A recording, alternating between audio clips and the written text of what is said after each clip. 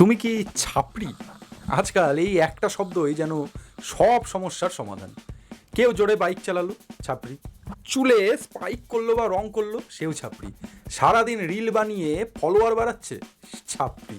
কিন্তু কখনো কি ভেবেছেন, যাদের আমরা এত সহজে ছাপড়ি বলি, সেই ছাপড়ি শব্দটার আসল অর্থ কি? মজার ব্যাপার হলো, বাংলা ভাষায় এই শব্দটা এত ব্যবহৃত হলেও কিন্তু কোনো বাংলা অভিধানে আপনি ছাপড়ি শব্দটি খুঁজে পাবেন না।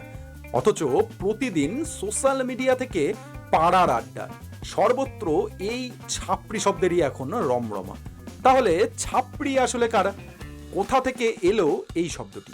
আর কিভাবেই বা একটা পেশাভিত্তিক পরিচয় পরিণত হলো প্রায় গালাগালিতে? আজ ফান্ডামেন্টাল অভ্রনীলে সেই দারুণ মজার গল্পটাই আপনাদের বলবো।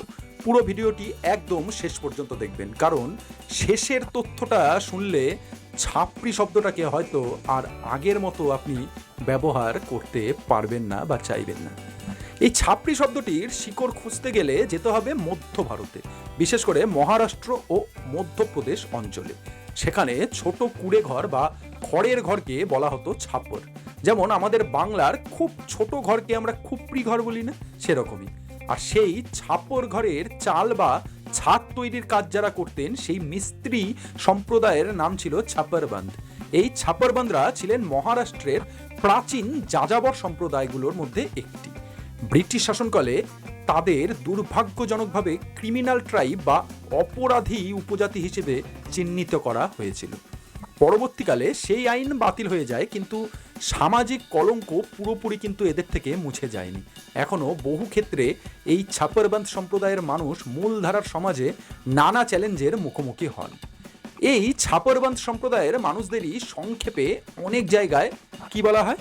ছাপড়ি। অর্থাৎ যেমন বাংলায় কোনো কোনো অঞ্চলে ঘর তৈরির বা রাজমিস্ত্রির কাজের সঙ্গে যারা যুক্ত ছিলেন, সেই নির্দিষ্ট সম্প্রদায়কে কি বলা হয়? ঘরামি। তেমনি মধ্য ভারতে ছাপার ঘরের কাজের সঙ্গে যুক্ত মানুষদের পরিচয় ছিল ছাপরবান্ধ বা শর্টে ছাপড়ি। এখানে একটা জনপ্রিয় হিন্দি প্রবাদের কথা আপনাদের বলবো, দেখুন তো শুনেছেন কিনা? ওপরালা যাব দেতা ছাপ্পর ফাড় কে দেতা। অর্থাৎ ঈশ্বর যখন দেন তখন মাথার ছাদ ভেদ করে দেন। এই ছাপ্পর বা ছাপর শব্দ থেকেই কিন্তু ছাপড়ি শব্দের আদি অর্থের সূত্রটিও পাওয়া যায়।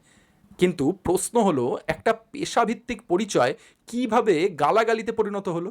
এর পেছনেও রয়েছে আরেকটি ভাষাগত ও সামাজিক গল্প। বিহারের একটি জেলার নাম ছাপড়া।